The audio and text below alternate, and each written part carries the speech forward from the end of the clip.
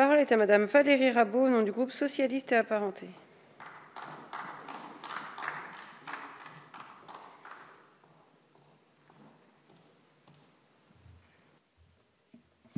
Madame la présidente, monsieur le ministre, mes chers collègues, nos collègues du groupe Libertés et Territoires ont choisi un débat sur la filière aéronautique par la voix de Sylvia Pinel et je les en remercie. Cette filière est au carrefour de nombreux enjeux, des enjeux économiques qui sont aussi liés à la crise du Covid, puisque l'aviation a enregistré une baisse de trafic en 2020 de 60%, et qu'en dépit de la reprise progressive en 2021, le trafic de passagers internationaux en septembre 2021 est encore très en deçà de ce qu'il était en 2019. Des enjeux de transition écologique, puisque le secteur représente 6,4% des émissions de CO2 dans notre pays. Des enjeux de compétition mondiale. Aujourd'hui, 2 entreprises se disputent le marché de la construction d'avions de ligne, mais de nouveaux entrants sont quasiment aux portes de ce marché. Et enfin, mes chers collègues, des enjeux de recherche et de développement. Je rappelle que la région Occitanie est la seule de France pour laquelle l'effort en recherche et développement dépasse 3% du PIB régional et qu'elle est aussi la seule région française à figurer dans le top 20 des régions européennes qui investissent le plus pour leur recherche et développement. Et c'est en partie majoritairement grâce au secteur de l'aéronautique. Alors répondre à ces enjeux, monsieur le ministre, c'est répondre à des choix d'investissement dans la recherche afin de créer un avion vert et à des stratégies de souveraineté économique. C'est donc sur ces 2 choix que je souhaite vous interroger aujourd'hui. Sur la souveraineté, il existe un décret dit Montebourg qui permet que les investissements étrangers franchissant un certain seuil et réalisés dans des sociétés françaises exerçant dans des activités sensibles soient soumis à l'autorisation préalable du ministre de l'Économie et des Finances. En 2019, vous avez étendu le périmètre de ce décret Montebourg. Je vous en remercie. Vous y avez rajouté la santé, ce qui était quand même bien normal.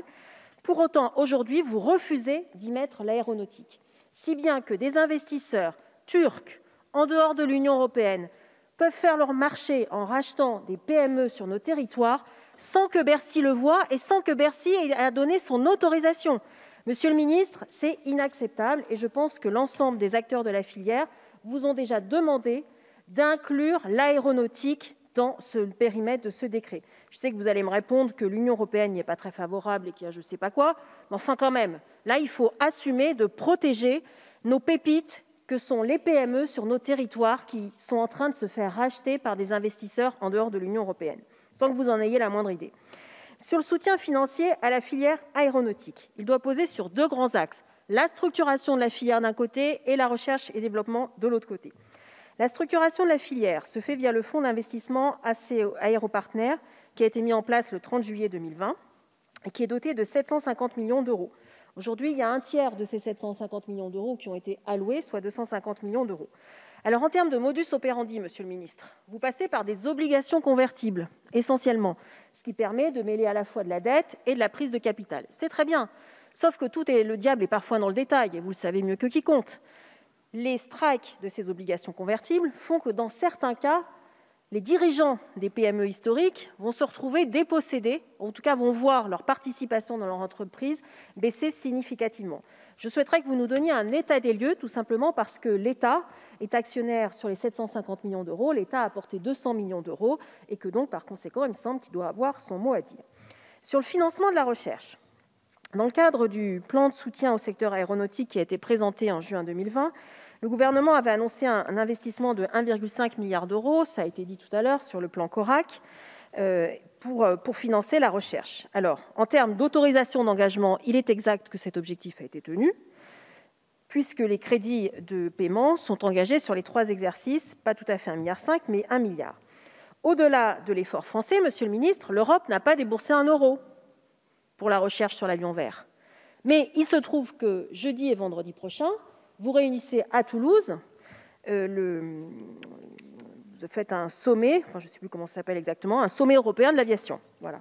Je souhaiterais que vous nous indiquiez quelle va être la position du gouvernement français lors de ce sommet de l'aviation qui se tient jeudi et vendredi prochain à Toulouse, que vous nous disiez ce que vous souhaitez comme enveloppe d'investissement en vue de l'avion vert et ce que vos partenaires sont prêts à accepter comme accord là-dessus.